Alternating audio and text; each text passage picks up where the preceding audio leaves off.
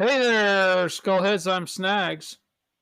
And I'm old Silky. And we actually had a totally different subject planned for tonight. We had to bump it because Ace Ace has gone back to space. Ace Frehley is no longer with us. Ace Frehley has left the planet. He's going back to planet Jindal to sip on some champagne and fuck with Tom Snyder. Um, Yeah. I a lot of times when somebody kicks the bucket or whatever, we'll mention it at the beginning of the next episode. But people like Ozzy and Ace, you got to do it. You got to do a full episode.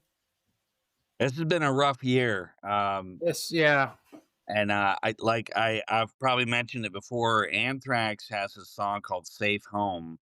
And that song is about the passing of this genre that really captured us at an early age and has been our safe home for all these decades. It's always there, and even though these icons leave us, the music is eternal. You can still go back to Ace Frehley's first solo album in '78, and it's just as good. So, uh, but it's tough as we get older, and these bands.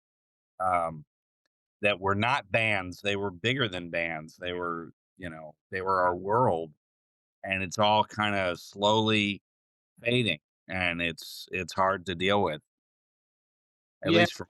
The Ace thing is particularly hard. It's up there with Lemmy. If we were doing this show back when Lemmy died, obviously we would have done an episode. But he was. I think we can both both agree he was the coolest member of one of the bands that's most deeply embedded in our psyches.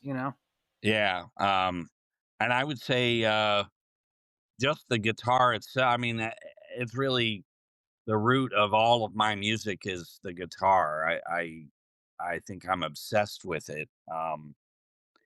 And most bands that I listen to have some form of guitar, but the thing that always grabbed, I think most people visually with Kiss and as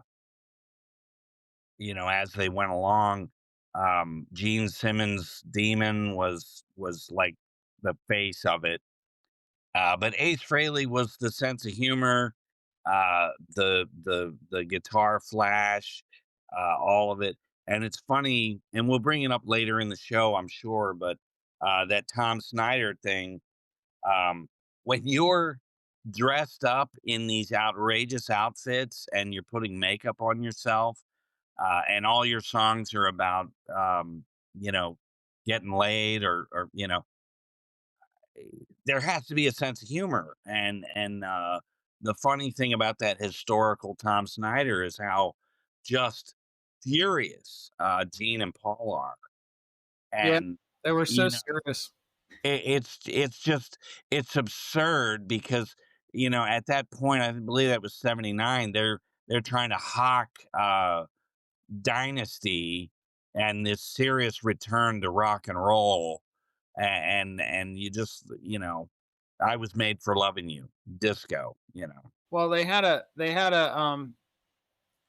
underground following early on. I remember listening to a interview with Thurston Moore from Sonic Youth of all people, and he was in New York in the early '70s as a teenager. He was a big fan of the New York Dolls, and he talked about how cool Kiss was. He just said they blew everybody's mind when they came out. He said they turned into something completely different later on, but they were this just wild underground freak band that a lot of people really liked for the music and for the experience.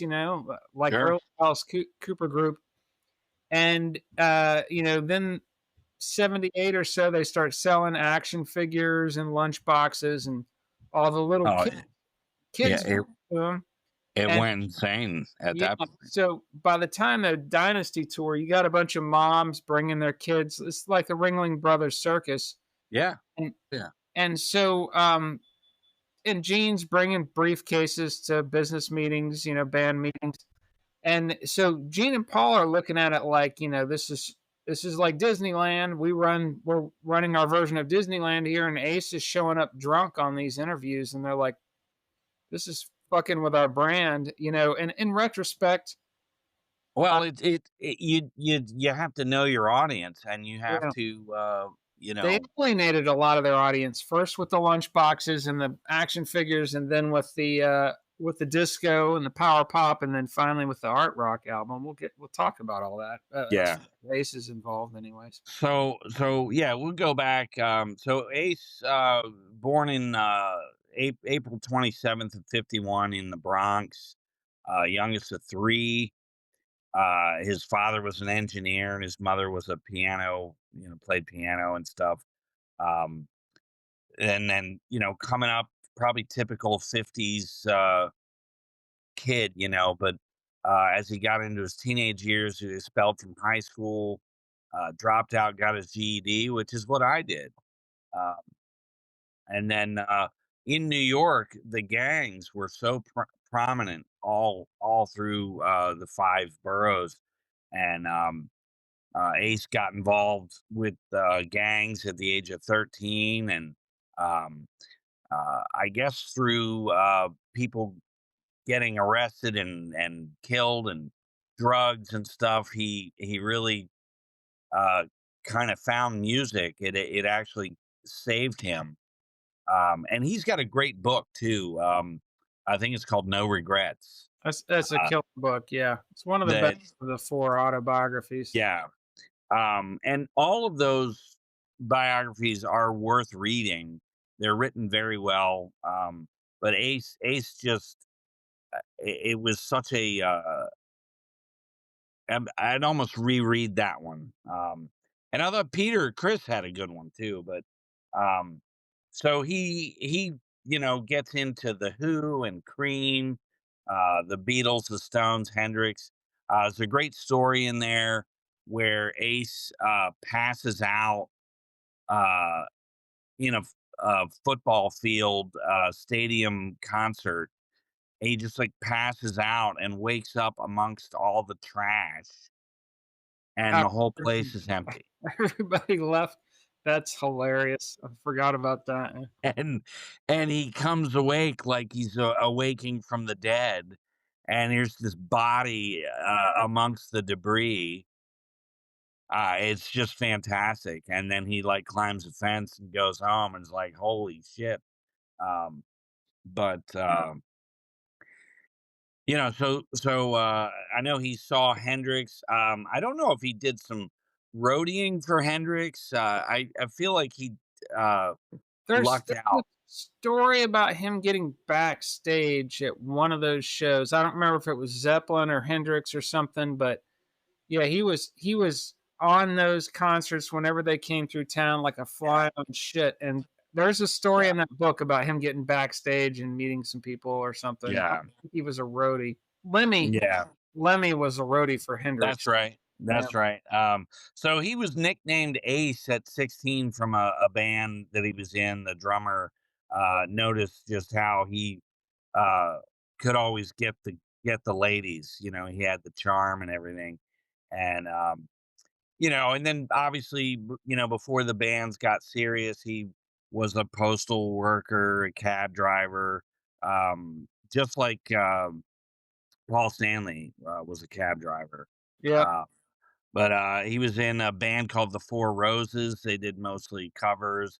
Malimo was an RCA flop. I don't know if they got signed or released. Yeah, according to Wikipedia, they recorded half of an album for RCA, Mm, and so it was stalled never out somewhere in the process. Yeah, Gotcha. Gotcha. And then he was also in a band called the Muff Divers. So that's I, uh, that's hilarious. good stuff.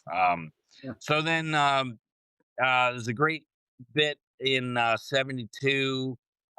Gene and Paul are putting an ad trying to get a band together, and Ace gets his mom to drive him to this audition.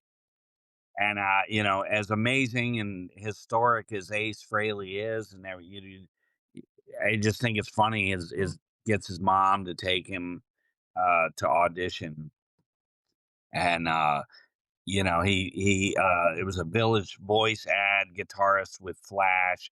So he shows up with mismatched sneakers, one orange, one yellow, or something like that, and uh, And that was not even intentional. It's like he had 2 different pairs of sneakers, and he just accidentally puts one on one color, one the other. yeah, and I've done it. I've done it twice. I have several stories about wearing the worst shoe, and so I can't laugh at it. I've Yeah, done it, funny. but anyway, um, but he was always into design, and he actually designed Kiss's logo. Um, he created the Spaceman persona. He was always obsessed with space, um, and then the silver suit and stuff. He was famous in the late '70s for a smoking guitar, and his guitar shot rockets, which that was epic. Uh, Now it seems kind of silly or funny, but I mean, it was a big deal back. Yeah, I mean, they took Alice Cooper's shtick to the next level, basically. And that's really what it is Alice Cooper's stage annex, Yeah. where maybe they weren't the greatest musicians, but when you left that show, you were talking about the band, and that's what it really comes down to. I feel like Kiss, say what you want, but they have integrated themselves into what a band needs to do. They need to have moves on stage. They need to have the flash, the loud clothing, your David Lee Roth persona, and some pyro, some techniques. Some And if even without all that, if you go back and you listen to those 6 albums from the '70s that Kiss did, this first 6 studio albums, and then the Ace's, real albums.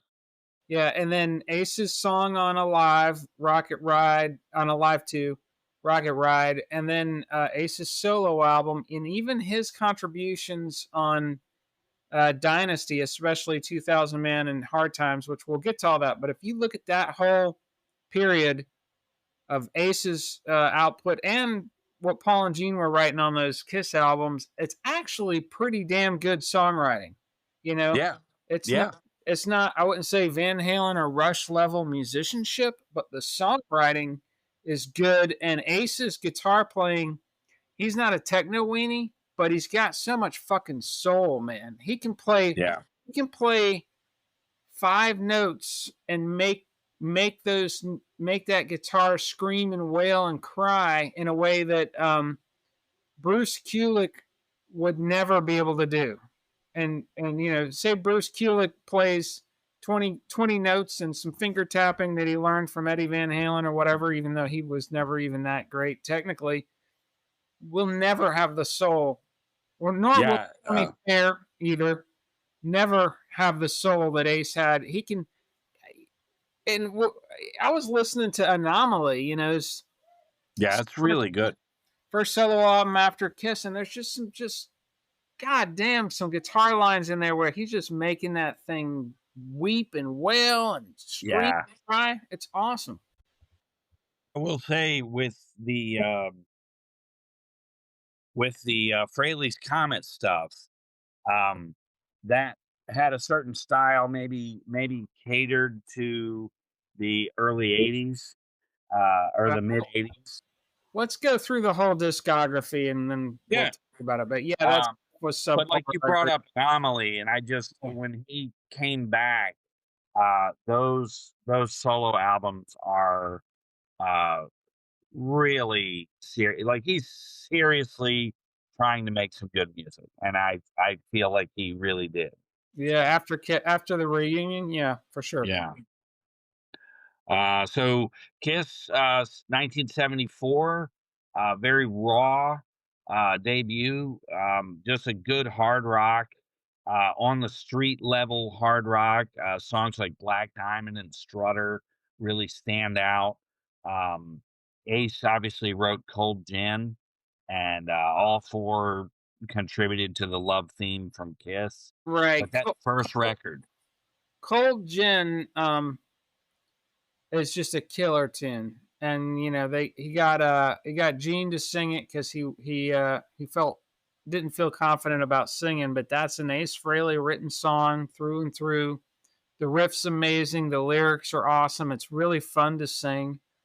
So I think it's up there with Deuce as far as just great Kiss songs. well, and they say write about what you know, and I guarantee Ace writing about living in some rundown tenement house, heaters broke, Yeah, just all of it, bro. Send the chick out to get some some booze. booze. He was more Yeah. into champagne than gin, but yeah, it was basically him writing about what he knows. I think those notes I made. There is we're we've got some notes that we've kind of compiled for this episode, and some of those notes we used AI to generate this outline. Some of it's saying he co-wrote some songs in there that he actually wrote. So just letting you know that. Oh yeah. Okay. Um, Um, but like Parasite and Strange Ways off of I know Hotter Than Hell is one of your personal favorite Kiss. I think Hotter Than Hell is just a very heavy record, whereas Yeah. the first Kiss album is almost like an early Beatles record.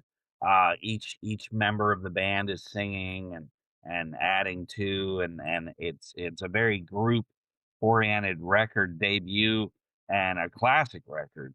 To this day, when they play live, they're gonna play almost that whole record. Um, and then Hotter Than Hell, uh, darker, a little heavier.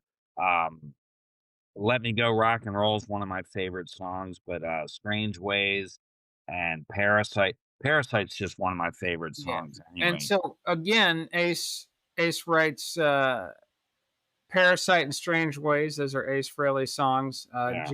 Gene sings them. Um, oh no, I think Peter sang Strange Ways. Ace, Yeah. yeah, Yeah. Gene sings Parasite. Peter sings Strange Ways.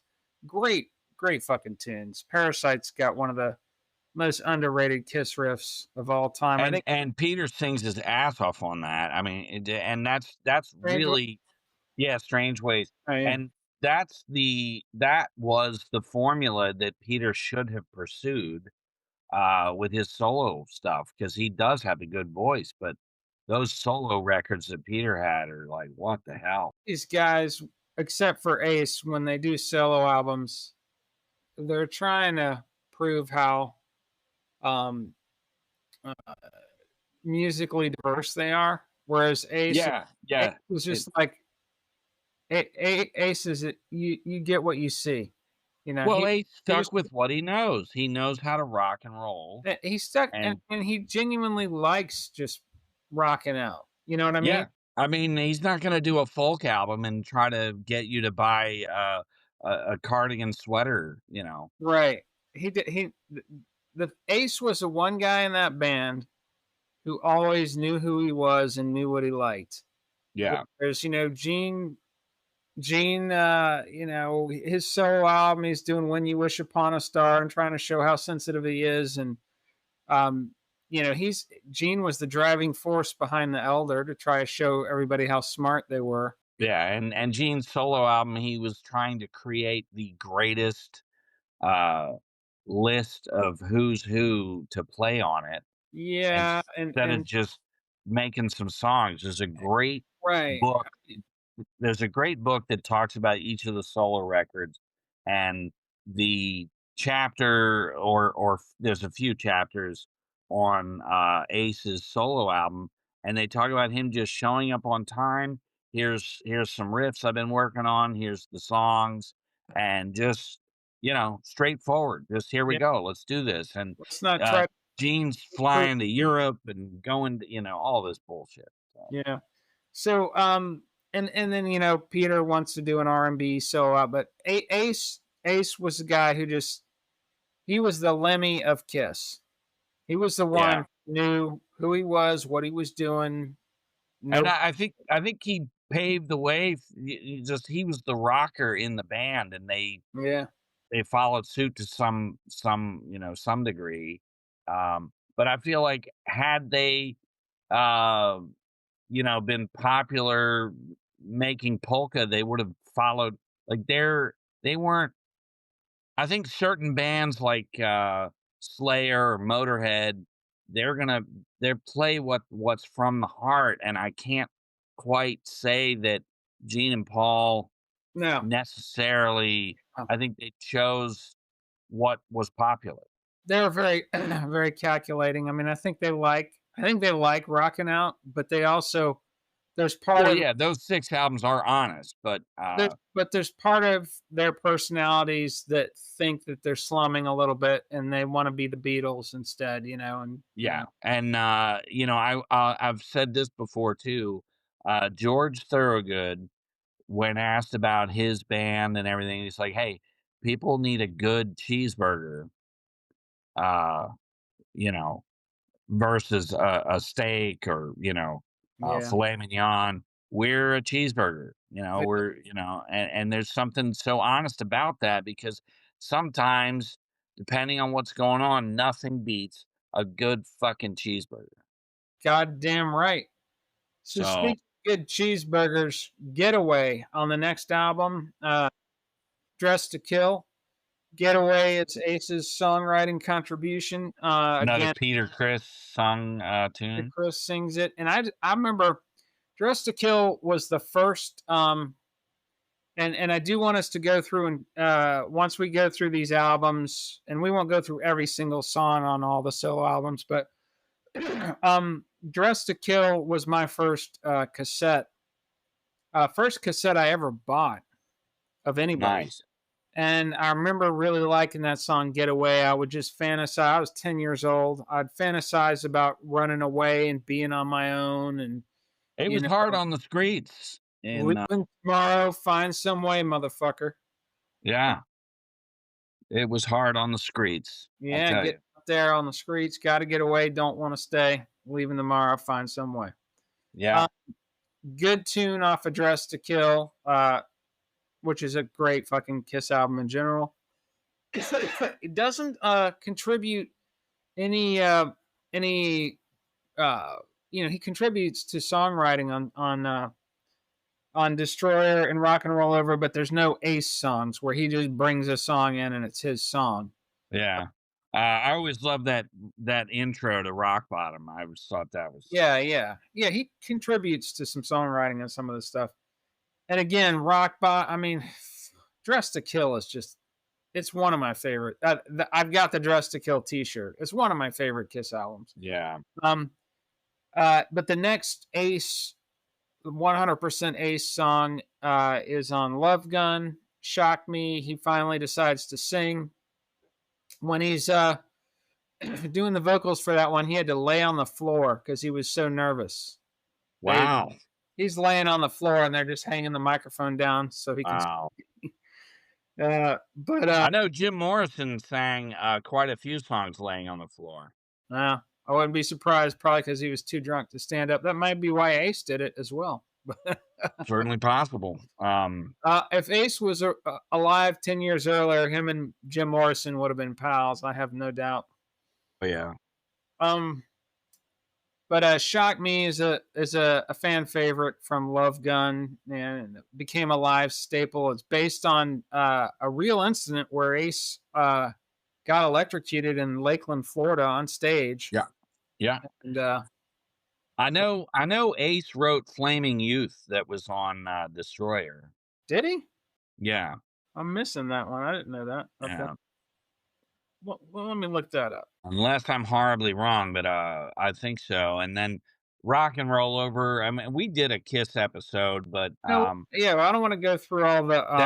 that was my favorite Kiss album, Rock Rock and Roll and Over Roll is a great Kiss album. Yeah. Very concise, I think they really hit their cohesive moment with that record, and everything else has been, off the mark.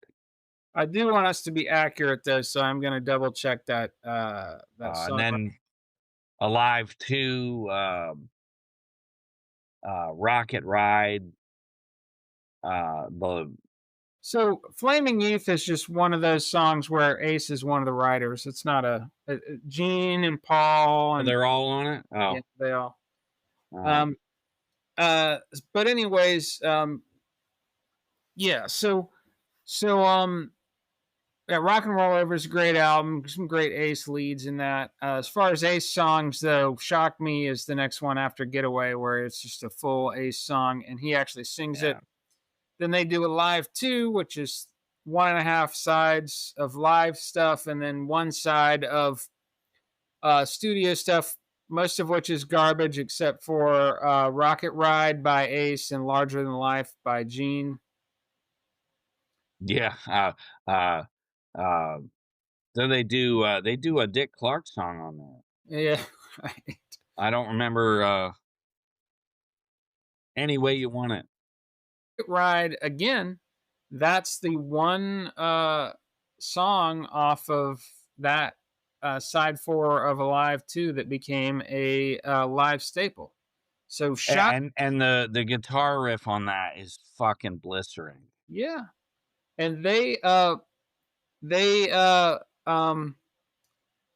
basically those two songs, the first two songs he sings for the band, Shock Me and Rocket Ride, become live staples immediately.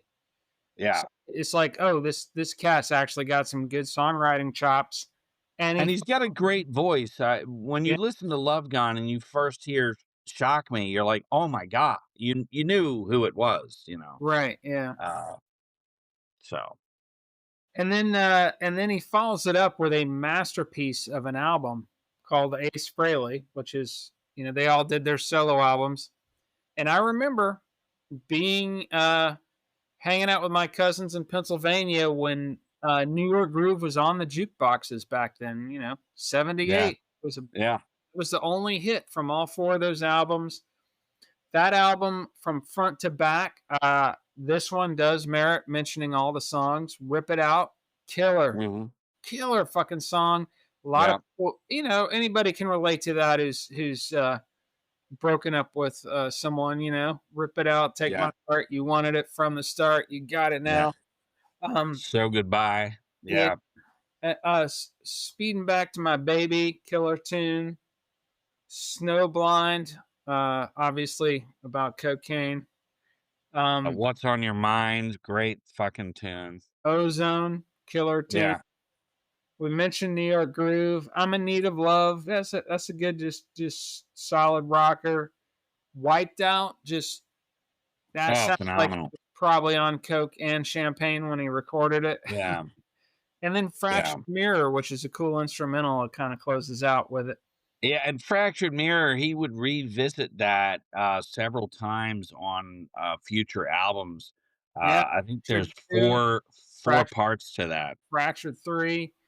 Um, that yeah, later on in his other solo albums, but that album, it's him on guitar, Anton Fig on drums. Anton went on to be the house drummer for Paul Schaefer's band on Letterman. Yeah, And then probably Ace on bass, I would guess. And it's just fucking solid garage band rock and roll. And yeah, and it's what those albums should have been, right, and and, they Peter wanna bring on the pomp and circumstance, Peter and they tries missed to the be mark. Peter tries to be Lionel Richie. Uh, Gene tries to be the Beatles. Paul just does pop crap that nobody listens Well, to. and Peter Criss, Rod Stewart had really taken off, and Peter Criss had that same kinda smoky, gravelly voice, and he could have easily done a Faces band. Yeah, Uh, sure. Holy shit, it would have been incredible, you know? He had the big hit with Beth though, so he's and Hard Luck Woman. So he's Yeah, just going the more mellow route. Um, so they after they do the solo albums, they were going to break up actually, and Bill yeah, Auckland I think talked them into how about everybody do solo albums instead. So they do those. They all sell a lot, because Kiss is hugely popular at the time. The only one that has stood the test of time, though, is Ace's album. And then they drop Dynasty, which has Hard Times, 2000 Man, and Save Your Love on it, which is just Yeah, and to this day, those 3 songs are the reason to listen to Dynasty. Um, but yeah. Uh Charisma's a fun one. Charisma is fantastic. I think X-Ray Eyes is on there too, and I dig that one. But Yeah. But really, I mean the best songs on that album, fucking written and sung by Ace Frehley. Dirty Living's a fun song too, Peter's song though. yeah, Uh, and Hard Times again is a perfect example of write about what you know, and he's basically remembering his childhood and thinking, "God damn, thank Christ I'm not back there," you know? right, yeah. Um, so they do Dynasty. Oh, I remember being in uh summer camp in 1978 summer camp. Is like a day camp, and there's this kid named Kelly that we all looked up to. I'm pretty sure I told this story in the Kiss episode, but he, he was this kid named Kelly that we all looked up to. He's a little older than us, and he used to him and his friends would go into 7-Elevens and steal Kiss pictures out of the rock magazines. So Oh, he just rip the pages out? Yeah, and sneak it, put it under his Fuckers. jean jacket and sneak out. And so he had this binder just full of Kiss pictures from magazines that he had Mhm. stolen, and was a huge Kiss fan. This is 78, right? Yeah. Year goes by, 1979, we all go back to the same day camp. Um, uh, uh, fucking Dynasty had come out, and yeah, I don't really like them very much anymore. They turned a lot of hardcore fans off with that Yeah. disco song. Well, and the poster, the tour stuff was Kiss returns, Kiss is back, and, Yeah, I Was Made for Loving You is all over the radio at the roller skating rink. yeah, Friday nights at the roller skating rink was where you went to meet, your friends and girls and stuff, and it was, very much a scene, yeah. uh, from the age of, like, 9 or 10 all the way up probably mid-teenage years, um, you know, um But it's not Kiss. I Was Made for yeah. Love is a well written song and everything, but it's not Kiss. I mean, you and I both draw the line at at Love Gun as far as Oh, yeah, yeah. Yeah, full the 2 live albums and those first yeah, 6, and yeah. then maybe Ace's solo record is Right, right. Well, Ace pretty solo much record is Ace. Gene yeah, Paul didn't have jack shit to do with that. yeah, Um, so then he gets, but because I think of Shock Me, New York Groove, and Rocket Ride all being these hits, and on the Dynasty tour they play all three of those live. yeah, And yeah, so he's getting more and more songwriting, more singing and songwriting input on these albums. He gets 3 songs on Dynasty. He gets 3 songs on Unmasked. Talk to Me and Two Sides of the Coin. I think they're okay, kind of power pop songs. That whole album was basically they were aiming for more of a power pop sound. I think they were trying to be taken a little more seriously after all the action figure stuff and everything. Um, yeah, Torpedo Girl's a really interesting song. I think the rhythm, the interplay between the drums and the guitar and the bass on that mm, song, mhm, it's got this wild polyrhythmic kind of sound. It kind of reminds me of Almost Human, as far as just this the percussion and the rhythm is yeah, interesting for a band like Kiss to be messing around with. I think Torpedo Girl's a really interesting song. yeah. Uh, Unmasked is, to me, one of the worst albums ever made by anyone. Um, Overall, I I would completely agree. Yeah. it is Cat just like strutting what on a bar stool. but you wanna ask what genre is the album itself is like a Huh, pop album, oh, it's just so it's abysmal. it's them trying to be I don't know, early Elvis Costello or something. I mean, Yeah, there's I just don't know, man. It is they so they try to be disco on Dynasty, or at least with the Yeah, song, and then the rest of it has this kind of sheen production, except for Dirty Livin' and yeah. Ace's songs, which were all just rock But and roll. Unmasked itself just doesn't really, you can't put that album with other out, it's just so fucking awful, It's but it's I think the word you're looking for is neutered.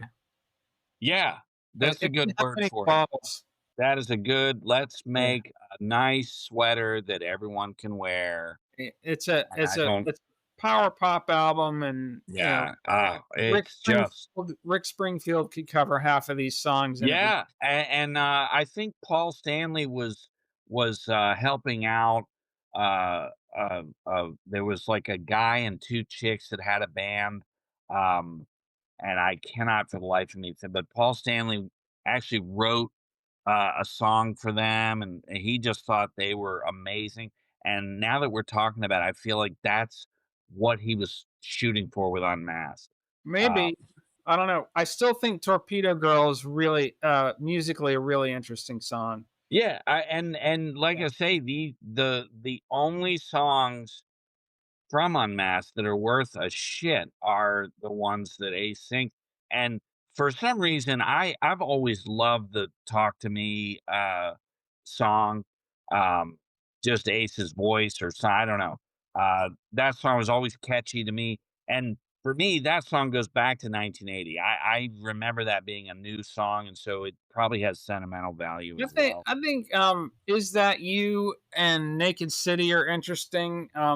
I don't think Shandi I think Shandi is just crap. It's them trying to have. Oh, and she's so European, like, Yeah. huh? You Just know? them trying to be sophisticated, and they're Yeah, that's the beginning of their drift towards the elder, you know? And yeah, and just like Metallica, when you make 3 or 4 albums in a row that, miss the mark with your core audience, where you're trying to um, be you somebody else, can basically. you can really destroy yourselves, Yeah. and it is incredible. It is absolutely incredible how Metallica managed to do it, and I think they're riding the wave now of their brilliance. They don't they don't have to even put another album out, Well, and they'll play stadiums. Metallica, those guys did a lot of introspection, and they came back to their roots in a really hardcore way. Yeah. They really, they summoned the spirit of Cliff Burton and said, "What do we do?" And Cliff sat Yeah, and down he and said, told them. "Get the fuck back to doing good And shit."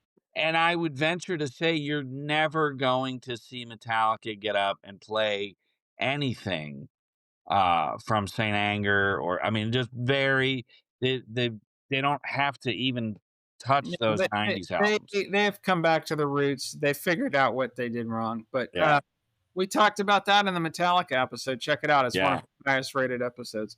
But anyways, so then the next Kiss album is The Elder, which Ace famously didn't want anything to do with. He apparently recorded a ton of solos for that album that didn't make the cut. they allegedly even recorded a whole album and shelved it and did this. Well, what they did is they did demos. I'm reading a whole book on The Elder, so I know the details. They did demos for a hard rock album, because basically they all agreed after Dynasty and Unmasked that we got to get back to doing like a rock and roll over style hard rock Yeah, album.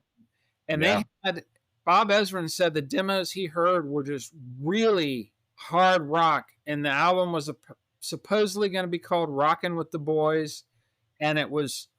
He said it was really heavy hard rock, and yeah, but Bob Ezrin was coming off the high of the spectacular success of The Wall as both an album and a movie, yeah, and he's that's where he's coming from, and he's buzzed from it, uh, yeah, and so he starts working with Kiss on what's initially going to be this hard rock album, and Gene had this idea for a movie or a story about some boy who is put to the test, and he's being called upon to save the world, and there's this council of elders that are advising the boy, and he had had this idea in his head, and maybe it was going to be a screenplay or something. And he mentions it to Bob Ezrin while they're in initial meetings for this album. And Bob grabs a hold of that and starts reeling that out of Gene. Yeah. This, this could be it, man. We'll do a concept album like I just did with Pink Floyd, and it'll be about the boy and the council of elders that are advising him, and totally talks Gene and Paul into it. Gene especially is the main guy who's driving this. One Yeah. Gene and Bob Ezrin are the two guys that dragged everybody else into it. Paul went into it pretty willingly. Eric Carr expressed doubts consistently along the way, but he had no voting power. No. Ace fucking hated it, and he told them constantly, "This is bad. This is a terrible idea. Nobody's going to buy this. This is Yeah. the worst thing we could be doing at this point. We just put out two half-baked albums. Why aren't we doing Rockin' with the Boys? What's going on?" And Yeah. to the point where they did some initial recording in the States, and then they went up to Vancouver to where Bob Ezrin was living at the time to record the rest of it, and Ace wouldn't go. He had them Yeah. mail tapes down, and he would lay down solos on them and send them back. And a lot of the solos apparently they didn't use. The one song that Ace wrote along with Lou Reed. They brought in Lou Reed to write some lyrics because the whole idea was they're going to impress the critics and do a really serious art rock album like Genesis and Pink Floyd and Lou Reed and all these guys. And they Ace had I forget that there was originally a different name for this song. I forget what it was, but it was in demo form. Ace recorded it. It was more of just a rock song. They changed it to Dark Light with Lou Reed's lyrics. I think it still works. I think it's the best song on the Elder. The guitar on that song is just so good. And the guitar solo specifically on Dark Light, I mean the song is good, the riffs are good, Lou Reed's lyrics are good. Um uh the guitar solo is blistering. And Yeah. we went and saw, and we've mentioned this before, but in the early 90s there was a high school theater department that put on a full musical version of The Elder, and they toured it, and they closest they came to Atlanta was Nashville, and I talked this idiot into going up and seeing it. I dragged Silky Yeah. there, Oh, and the one thing that they did not play live, they played the whole lot. They had a band that was playing the whole album oh live. yeah, and they did not touch Dark Light. No, they played all of Dark Light except for that fucking solo. Yeah. Yeah. They play everything was played live until it came time for that solo from Dark Light, and they just patched that recording in because Yeah. they weren't going to be able to come fucking close to it. It's a No. blistering guitar solo. No, and they were high school kids. They did, They for could the do age everything and just else musically though. They were for good. the age of the kids and the subject matter, it was Yeah, very impressive that they would even tackle this. yeah. I And do wish that I had never seen it though. Um, I will say that. we've got this text thread with Rabid Mike, and I've been reading this book on the Elder, and every now and then I'll start dropping factoids in there, and finally Silky will be like, "I'm not reading any more of your Elder texts." Yeah. But Yeah. so then Ace takes a little bit of a break. Eddie Trunk is working at Megaforce, um, and he's a big Kiss fan, and he talks them into signing Ace Frehley. I think Ace was looking for a record deal at the time.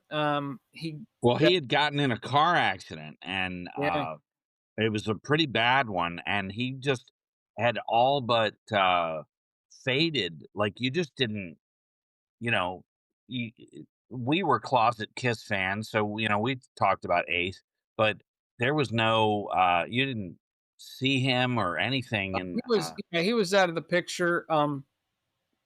he never revealed himself in public without his makeup until there was a guitar ad in Circus Magazine. It's like Yeah. right before this album came out, and it's a guitar company, and there he is without makeup, Ace Frehley. I was like, "Holy shit, that's what Ace Frehley looks like!" Wow. Yeah, and it blew us away. We were like, "Oh my god, that's Ace Frehley," and Yeah. there he is, Circus Magazine, and then I swear Frehley's Comet was like the next week.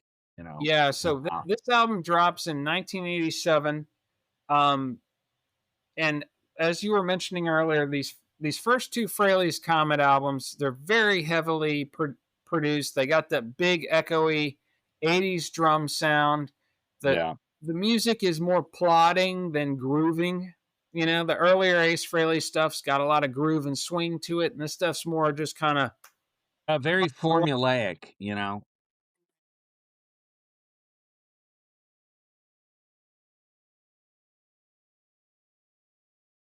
Dolls is a great song. Something Moved and Breakout, I like. Fractured 2 is really good, instrumental, like you were saying, continuing the Fractured thing. Rock Soldiers was the big single. I think it's a goof cheeseball song, overrated Totally. cheese And we still quote it years later. as a The joke. the Yeah. thing I will remember is catching Fraley's Comet at center stage Yeah. with Snags. Yeah. We went we you know s- just totally rocked out, crammed in this tiny little thing, laughed our asses off at the lyrics to Rock Soldiers, and just it was cornball.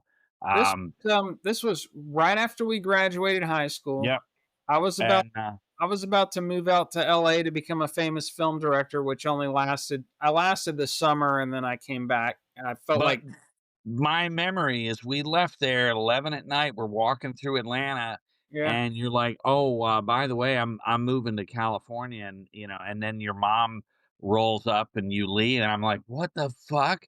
You Really? know? I didn't Yeah, oh yeah, told you I was and in California? but that was the night. Like you left the next day or something, and I remember like thinking, "Wow, that's the end of that." I won't see that dude again. Now I remember writing you crazed Hunter Thompson like letters from Oh LA. yeah, Yeah. yeah. And then when you came back, you like found me in the park or something. But Right, right. uh But um fucking that was the first time I ever saw Ace Frehley live. I think you saw them, didn't you see Kiss in the yeah, 70s when you were a kid? yeah. I had a babysitter. Um, and what's funny is she got a phone call. This guy broke up with her while she was babysitting me. What he didn't realize is he had left his tickets in her glove box. Wow. She thought that she was going to babysit me and then meet up with him and go see Kiss in '78. This is like having fucking Beatles tickets. Yeah, yeah, And absolutely. um so I guess he called my house to talk to her, and he's like, "Hey, I know I broke up with you, but I need to get those tickets." And she's like, "You need to go fuck yourself." That's And hilarious. And so she took you she she took me to see Kiss on that. Yeah, I guess I mean you could call it the Alive 2 tour. Maybe it was '78. it Uh, was either that or Love Gun, yeah. yeah. That I that is would think it was closer to the solo records. I feel like, it was that solo tour, but I don't I don't. I don't think they toured the solo records. They toured Love Gun. They probably toured Alive Oh, okay. So they and then toured Love Gun, and you didn't hear the solo stuff till the Dynasty tour. yeah, correct. Yeah. Okay, so yeah, so this would have been, Love Gun then. Yeah. Well, that's I mean, that's awesome. That's seeing them at the apex right Oh, there. yeah, and yeah. Yeah. And then and then just you and I were going bazonkers seeing Ace at center stage because I mean Yeah. he had been That was he had been out of the scene for for since '79. No, well, yeah, in the US, the last big tour he did was '79, so it was 8 years before. Yeah, I mean, damn near 10 years. Yeah, and And we he's were doing just these small clubs. we were just out of our minds, and we were front fucking row. We were right there. Like Oh, yeah. he was 15 Yeah. feet away from us, and we were going nuts the whole Yeah. time. It's It great, was epic. ladies and gentlemen. It And was cool as hell to see that smoking guitar and the yeah, dry ice. and uh and it was heavy on he wasn't playing any songs he didn't sing at that time. Later on he would incorporate like Detroit Rock City and Watching You and stuff like that into his set, but at Yeah. this time it was Rocket Ride, Shock Me. It was, I think they might have done Cold Gin because he wrote that. It was all the stuff from the 1978 solo album, and then you had to sit through some Frehley's Comet stuff. But Yeah, they pushed the record. They played I would guarantee they played 5 or 6 songs, yeah, oh, they did, yeah, yeah. and, But it was just amazing. Um, I think the next time we saw Ace was at Masquerade in the early '90s, early to mid '90s. We saw him at Masquerade, and that's when he's playing. He added Detroit Rock City and some Kiss other. yeah, it was the Trouble Walking tour. Okay, Um, that would have been '89 then. That would have just been a couple yeah, years later. Yeah. yeah, now Second Sighting, I actually recently played that, and, he does a great cover of The Joker, Steve Miller Band, but the No, rest of that record is really the just Joker not good. the Joker's not on Second Sighting. The Joker It's on Trouble Walking, you're right. No, the Joker's later on. The Joker is on I think it's on Space Invader. That was the Is one. it really? Yeah, yeah, that's way down the line. It's way down, oh, shit, okay. That's the one that inspired him to do the Origins albums as Yeah.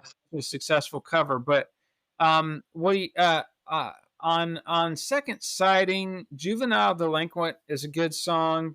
Um, Acorn is Spinning is a good song. Yeah, Uh, that is a good song, I remember that one. yeah, there's a couple good songs, but again, there's just a lot of mediocrity on there as well. Um, Yeah, then he does Trouble Walking. and Um, that's a better album. it's It is a actually a better better album. album. It's got Trouble Walking and Too Young to Die are both great songs. Fractured Yeah, 3, it's got Fractured 3.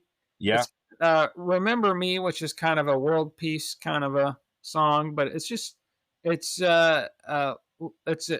a better song. It's looser. It's Ace being himself a bit more. Uh, yeah, his collaborator Todd Howarth, who's basically Frehley's Comet was Todd Howarth as a singer songwriter and Ace Frehley as a singer songwriter, and they were sharing the creativity, and it didn't work because Todd Howarth doesn't have any talent. And yeah. so Trouble Walking is a full on Ace Frehley solo album, and it benefits from that. It's got Hide Your Heart on it, which was written by Paul Stanley and Desmond Child for originally for Crazy Nights, but it That's the band. Desmond Child had not a some band. band, Well, and Desmond Paul Child, Stanley was all about them, and it's fucking dreadful. It's so bad. Uh, if it were an animal, I would veer off the road and run it the fuck over. well, there you go. Yeah. Anyways, Desmond Child co-wrote. He co-wrote "I Was Made for Loving You" and a bunch of Bon Jovi hits. But anyways, Paul Stanley and Desmond Child co-write "Hide Your Heart" for Crazy Nights. It doesn't make the cut, so then he just sells it. He's like, anybody else want to record this? Molly Hatchet does a version. There was Oh, wow. They did, and there was some woman who forget her name, but she did a version. She named her album "Hide Your Heart." None of those were very successful. Ace takes it. He's like, I'll record it on Trouble Walking. At this point, they're doing I think it's Hot in the Shade. Uh, Yeah. and Gene is like, well, let's go ahead and record this. If everybody likes it so much, it must be good. And so Yeah, Kiss and Ace Frehley both release a version of this song around the same time. Uh, okay. it's a pop schmop song. It's terrible. Yeah, It's I don't like it at all. fucking awful. I Yeah, do like Ace's version over the other ones, but yeah, I don't like any versions. But Trouble Walking, Too Young to Die, Remember Me, and Fracture 3 are all good. Off of that album. And in general, it's just production wise and songwriting wise. Overall, it's a step up from those Fraley's Comet albums yeah, for and it's a lot better than Second Sighting, so it almost just sounds better because of the just guitar. seconds. Oh, So what happens after that is Ace Frehley and Peter Criss. Peter Criss contributes background vocals to a few songs on Trouble Walking. Um, yeah. Peter Criss records a song called Chris Cat Number One, which is or an album called Chris Cat Number One. Do you remember that album? I do. It was pretty bad, but we saw Peter, Chris, and Ace tour That, together that's what at happened next. Yeah, they center toured. stage, but what's weird is Peter Criss did a whole bunch of original songs with a really heavy, heavy fucking band that Yeah, was not the album that was out. And he never did anything with those songs, but it ripped and we were blown away. yeah, and he also did he did some good Kiss songs, Yeah, and his band was really good. And then he opened for Ace's band, and Ace's band came out and played, and then they got together and they did an encore of a few songs together. yeah. Just just kicked ass, and there was buzz at that point. Kiss starts doing these Kiss. We saw Ace Frehley at an independent Kiss convention as well before all this happened. So Yeah, yeah, he was just speaking at the Kiss convention. I remember him saying he was 6 months sober, so it was early on in his sobriety. yeah, But then Kiss saw these Kiss conventions happening, and Gene's got to take that over, right? That's a money making oh, yeah. opportunity. So they Hell yeah. create the term Kiss convention. Everybody else has to start calling them Kiss expos, and Yeah. they do Kiss conventions, and they invite Peter to one, they invite Ace to one to come jam with the band. You and I And it saw. was a very grassroots, uh, I was so impressed with just them having the balls to just go, "Hey, what do you guys want?" You know? Yeah, they were sitting in a room playing unplugged about 20 feet away from us. There's probably 50 people in the room sitting on the floor, and they're just sitting on this little stage. It's literally like a foot above the ground, playing acoustic guitars. It was Bruce Cueball on lead guitar and Eric Singer on drums. It was the Revenge lineup, and Paul and Gene, and they're sitting right there, and they're asking for requests, and I yell out two timer, and they start playing two timer because I asked them to, which is just mind blowing. And then this fucker here goes that lame because they forgot some of the lyrics. They hadn't played in Well, some forever. guy, yeah. Yeah. And he yells out lame in the middle of it, and Gene gets all self conscious, and they stop playing it. I'm like, what are you doing, man? I didn't say that. Yes, you did. I said lame? You yelled out "lame" in the middle of two I timer. swear it was somebody some other kid, It was was giving you. them shit. It was you. You yelled Wow, okay. "lame." Well, if I said it, it must have been lame, Anyways, so it was there. it was awesome to be just sitting in the room with them right there, you know. Yeah. Mm, But through the convention things, Ace goes to one, Peter goes to one. Ace and Peter did that tour together. There's some buzz happening. Um, uh, Gene basically said, they put out Revenge, which was a pretty decent album for the non-makeup Kiss era. And then they recorded an album called Carnival of Souls, which was them getting on the grunge bandwagon. All these Well, grungy. before that, they did the Kiss Unplugged and really brought Ace and Peter in on that. I think they might have recorded Carnival of Souls before. Carnival of Souls was recorded, but not released because Oh.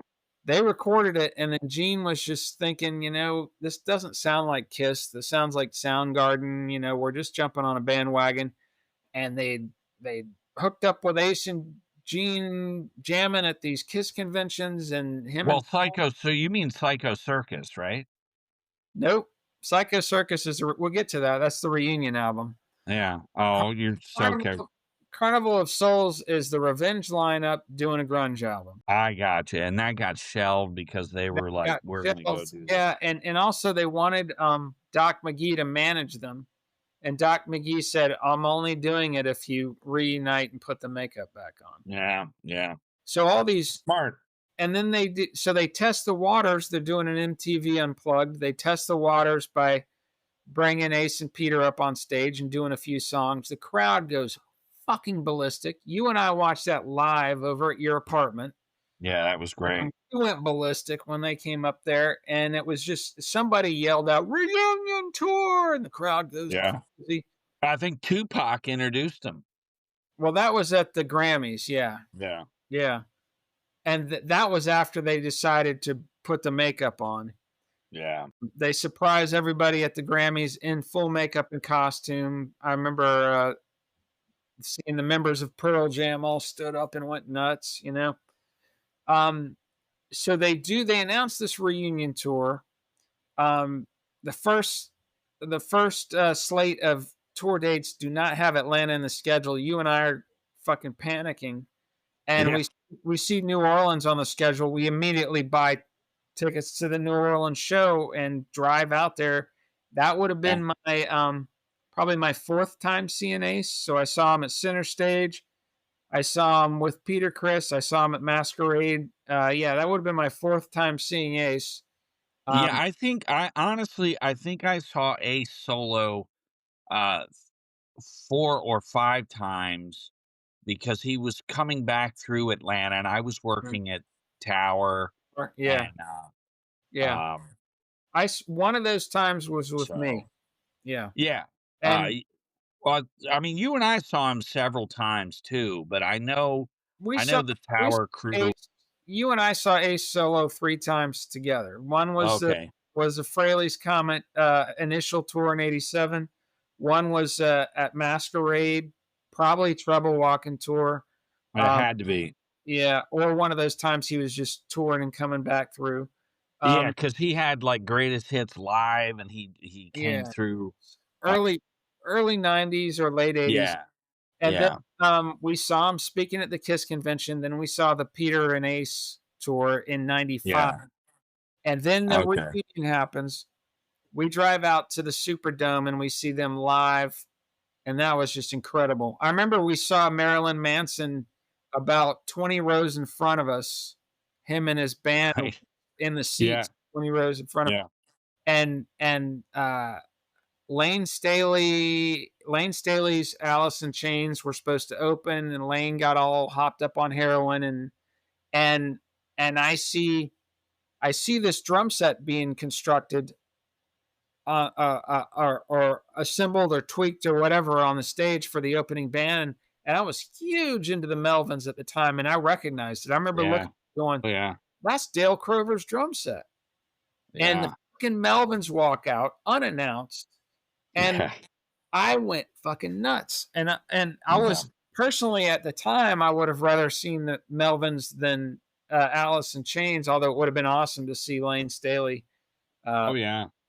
but but No, and that brings to mind, I had 3 or 4 chances to see Alice in Chains, and all 3 times heroin, interfere. intervened. Yeah, Yeah. I had never seen the Melvins before. I saw them afterwards, but I had never seen them before, and so I went nuts just for that. Yeah. Shit, it's I the saw the Melvins. Melvins at either Cotton Club or Center Stage, probably Center Stage, or Masquerade. I think it was Masquerade, and they literally did a drum beat for 25 minutes. Yeah, that's the Melvins for you. Uh, And, they when I saw them at Cotton Club, they covered "She," which was fucking awesome. that's good. But Oh, they that's probably one of the few times that they ever played a huge arena. The Melvins are not an arena band. But wow. Actually, that was a stadium. That was the Superdome. They played a stadium. Uh, Yeah, it was Kiss, crazy. Kiss was amazing. We were all going nuts. Oh my God, they're back together. This is crazy. Um, we come back to we come back to Atlanta. Then they do book two shows at the Omni. Um, Yeah, you went to both of them. I went to one of yeah. them. I saw Kiss in uh, Oakland, and I got to see Ace sing 2000 Man, and Yeah, that was awesome because he's it was one he didn't sing, and and then here he's doing. No, but I mean the times that we saw him with Kiss, I don't he remember him he doing did. 2000. Yeah, he did. He sang 2000 Man, Shock Me, and Rocket Ride. Um, but anyways, so uh so saw him in New Orleans, saw him in Atlanta, and then I saw him. He came through the Variety Playhouse in Atlanta with his solo band. God, I don't know if it's like 5 years ago or something. Uh, one of these albums was being released, Space Invader or whatever, one of these albums, and that show was amazing. His band was so That's tight, and I awesome. was right up there again. I was like 10 feet away. I think it was like Richie Scarlett, one of those guys that's in his band, Right. wearing my Dress to Kill shirt, just going nuts. And I was just right up 10 feet away from them, and just Jeff Tate opened, and nobody paid attention. And Oh, gross. when he was done blathering, Ace's band came out, and they just destroyed the fucking place, dude. Yeah. Packed An with Kiss songs, classic. Anomaly is a really strong record. I Uh, like it. Yeah. But I was really impressed with that. let's Outer talk about Space is on that one. That's a great, before we get great before jam. we get into Anomaly. Let's talk about the one Ace song on. So Kiss does a reunion album called Psycho Circus, and there's one good song on it, and it's the one that Ace wrote called "Into the Void." Killer fucking riff. Um, it's the one song on that album that all four members actually played on. Got Peter on drums, and Gene and Paul. They brought in a lot of session musicians to fill out all the Gene and Paul songs. I think Paul wrote a song for Peter, some kind of ballad that nobody cared about. Into the Void is a great fucking song. It's like classic Kiss level songwriting. It's the one good thing off Psycho Circus.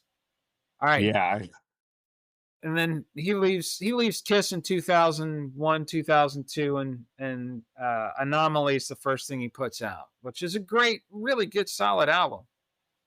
yeah. And like he got uh, just back into, hey, I'm actually going to do an album and tour. And he toured a lot before Anomaly, but just solely on just his solo career. Um, but I thought Anomaly was just a really good. It was exciting. Holy shit! Ace has a record coming out, and I really like the artwork and the music all through it. I played that first record a lot. It's Um, a great song, a great record. Genghis Khan is a really cool song. yeah, yeah, Fox on the Run, he does a cover of Fox on the Run, which that yeah. sounds like it was written for him. It's a Totally, and he just rises to it and just Yeah, really lays it down. yeah. You could tell it was a song he liked all the way back to Sweet doing it. Yeah, yeah. It's great. And then it's just a lot of good songwriting on here. Foxy and Free is really good.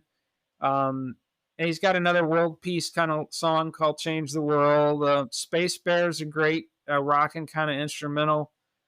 He's got Fractured Quantum on here, which is kind of Fractured Part 4, basically. Yeah, and then there's a Japanese bonus track called "Return of Space Bear," which has a lot of sound bites from the famous Tom Snyder thing.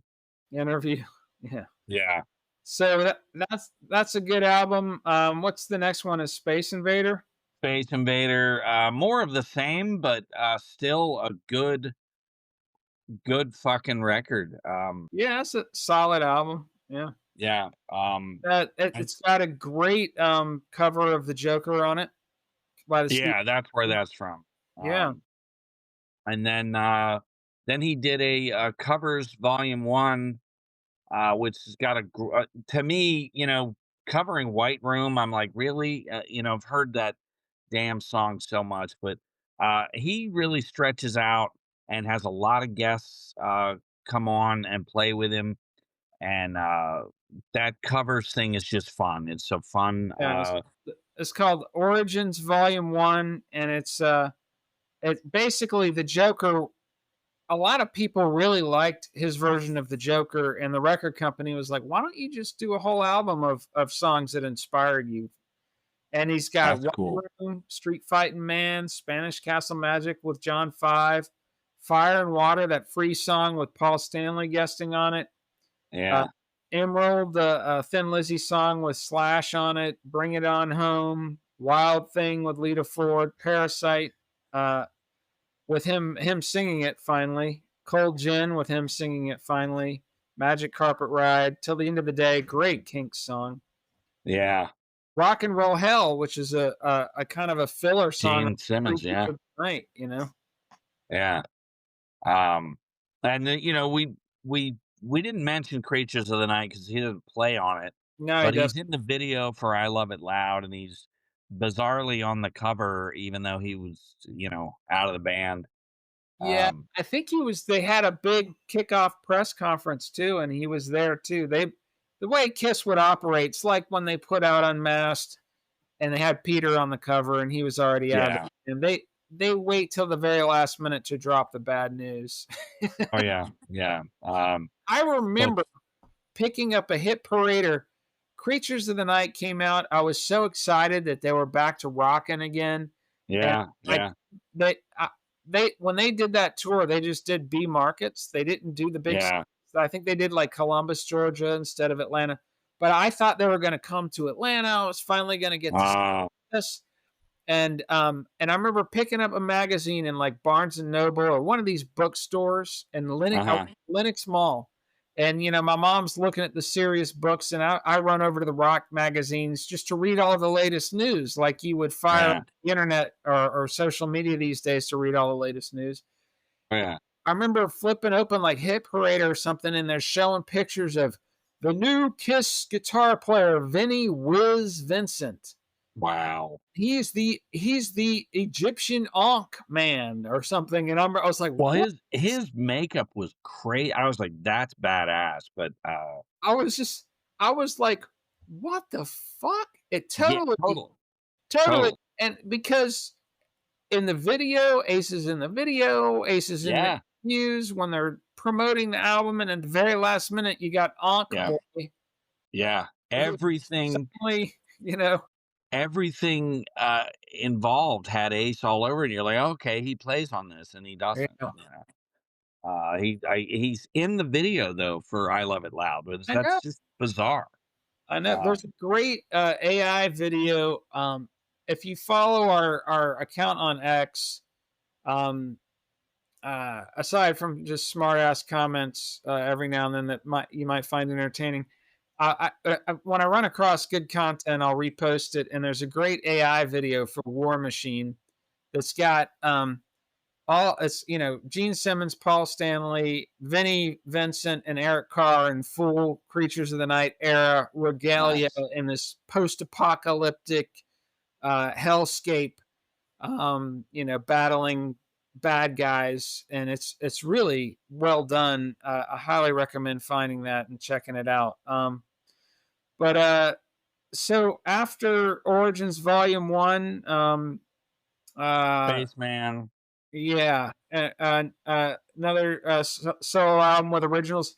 This album, he does the song "Rockin' with the Boys" that was gonna be the Yeah, title track to yeah. the follow up to Unmasked. Yeah, that originally that came out as a 12-inch EP, single before the album, and it's got an old picture of Ace on it, so I snatched that up, um, just to check it out, and, just a great tune, and, again, there was a formula, not in a bad way, but each of his records, starting with Anomaly, and Spaceman, Space Invader, then Spaceman.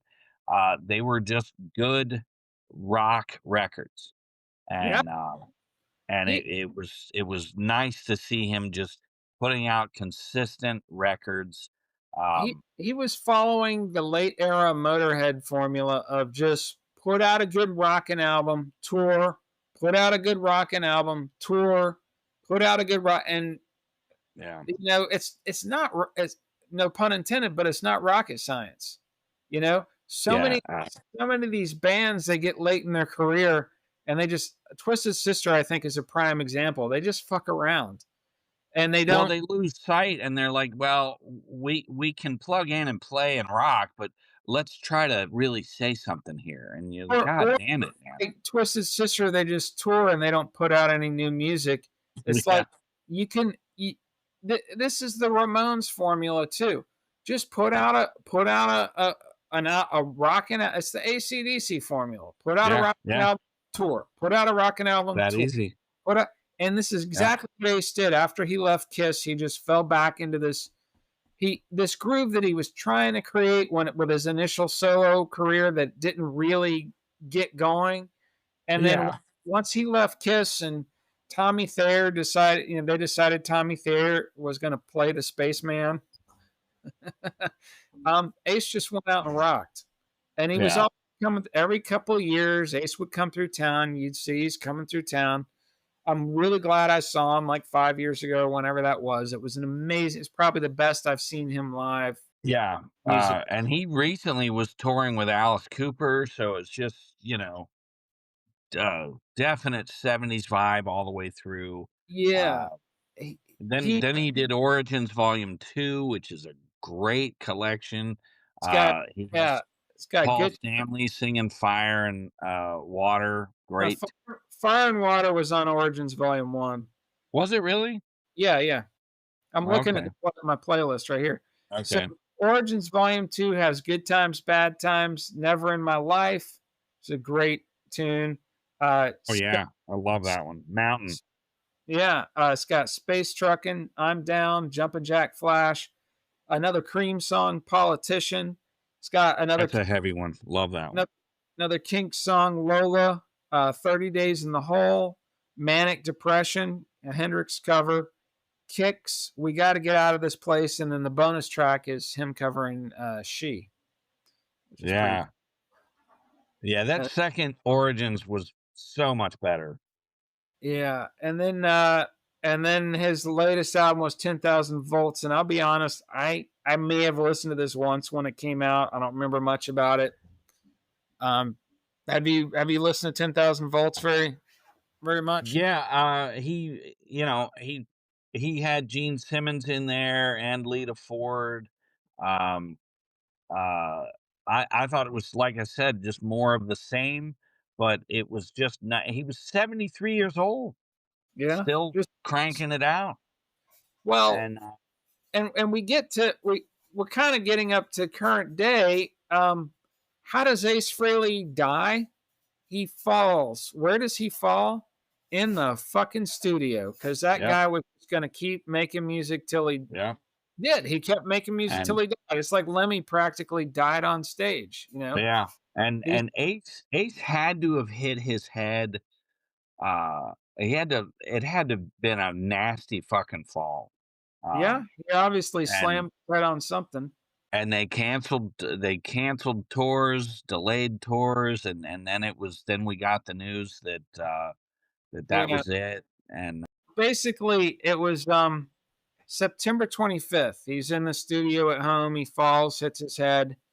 Um, uh, gets put in the hospital and ends up on life support from brain bleeds, brain hemorrhaging, and then they pull the plug yeah, recently, and that's it, man. yeah, I mean, in a way, it's great to go out, doing what you love and, to die quickly and not suffer, but just really sad.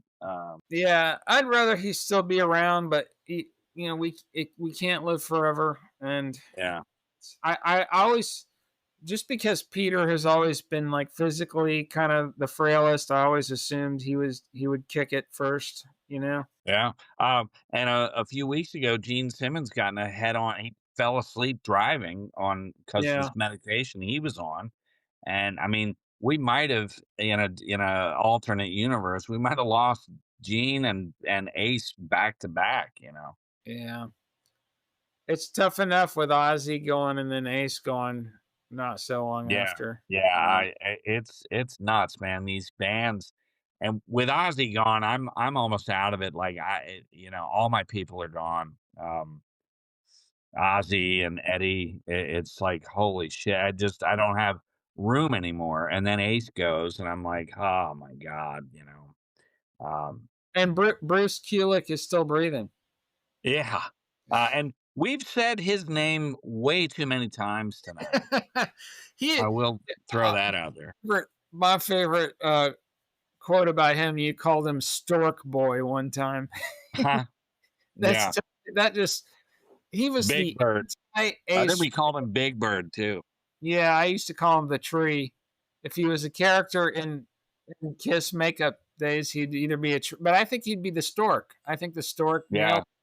And it's like if you're gonna 80s Kiss was such a painful time because you really wanted them to be the old Kiss. Oh And yeah. Yeah. I that is think their last good one was Animalized because it was heavy, but even that doesn't sound like them because they've got all these different guitars playing. yeah, You can't get a thumbprint. and they find a guitar player who's the most opposite of Ace Frehley as anybody could be. Just this Yeah. dorky, nerdy, most Well, uncool they found person. a yes boy. Yeah, I know. Does whatever they want. Anyways, hey, maybe Bruce Kulick will be coming through town near you, and you can not go see. Oh yeah, man. I I won't, can yell lame. and it'll actually be accurate. Uh, But anyway, yeah, that's Ace Frehley. The one thing that we have to post is the Tom Snyder thing. It's about 32 minutes long, but it is epic. the Tom Snyder interview will be in the Click Pit. I found a compilation of his guitar solos from a reunion tour. Those will be in the Click Pit. Um, uh, Silky put a lot of work into an Ace Frehley playlist. That'll be in the Click Pit. And then the book, No Regrets, which is very much worth reading. That'll be in the Click Yeah, Pit. Yeah. yeah. I'm almost a lot of these shows. It'll kind of spark reignite something, and then I'll go back and actually read something, and I'm like, damn, I wish I'd done that before the show. But yeah, Yeah. I think I'm gonna read No Regrets soon Again. again. Yeah. Yeah. Well, I mean, this episode was from the heart. I mean, I named my cat. So I've got a dog named Charles Bukowski, and I've got a cat Huh. named Ace Frehley. I named my There you cat. go. I named my cat after this fucker. Yeah. Ace was always the coolest. The 2 years in a row, probably 78 and 79, I went as Ace Frehley one year, all tinfoil and black, almost. My dad burned a cork to get my face, to, and then I was Gene Simmons the following year. Uh, Gene But Simmons is the second coolest, but he does have this oafish, dorky side. That Well, the horny Arab is a little yeah, scary. I'm gonna charge you $60,000 to shake your hand, kind of. Little cringy, but Yeah, the one guy in that band who was infallible, in my opinion. I mean, he had a bit of a yeah. drinking problem, but that Who that who doesn't? that added to his entertainment value was Ace Frehley. He was just through and through cool as shit. Yeah, and his party trick was super gluing all the furniture to the ceiling. There's my dog Charles Bukowski right now barking up a storm. Ace would super glue all the furniture to the ceiling Yeah, Ace would do in the crazy hotel. hotel rooms when they're on tour. Yeah. He was the wild card. Yeah. But anyway, I think that's the end of that. Yeah, that's Ace Frehley. Ace Frehley, long live, man. Yeah, Charles Bukowski here is he's saying goodbye to Ace Frehley. He's ending the episode.